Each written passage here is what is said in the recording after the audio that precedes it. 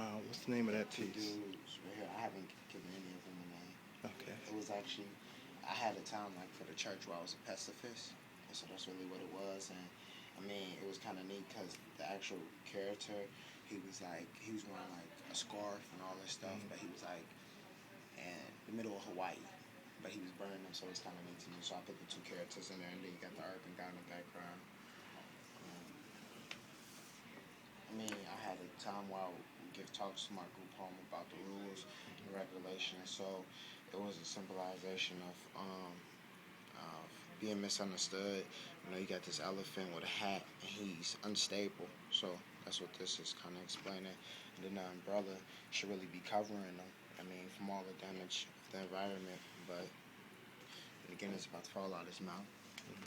Another thing, I was real big on church. So I had a point where when I had like that same year I was a pacifist, I was a vegetarian for a year. It was all for the church, and pretty much it shows how at one point I went from like being this big, powerful, peaceful dude to like having to really hold it together.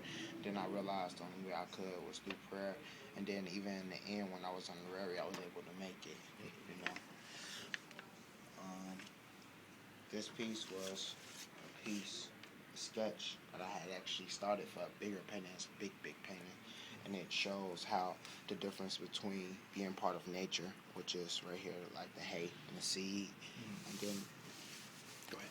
a higher made hay hat to going from that into an urban style, which is a lower hat with a cigarette, you know, and then at the same time it shows like how when you're by yourself and you're trying to make it, you have music, and then you're really involved with nature, and then when you're in the urban, everything is confused and not as well put together. Okay.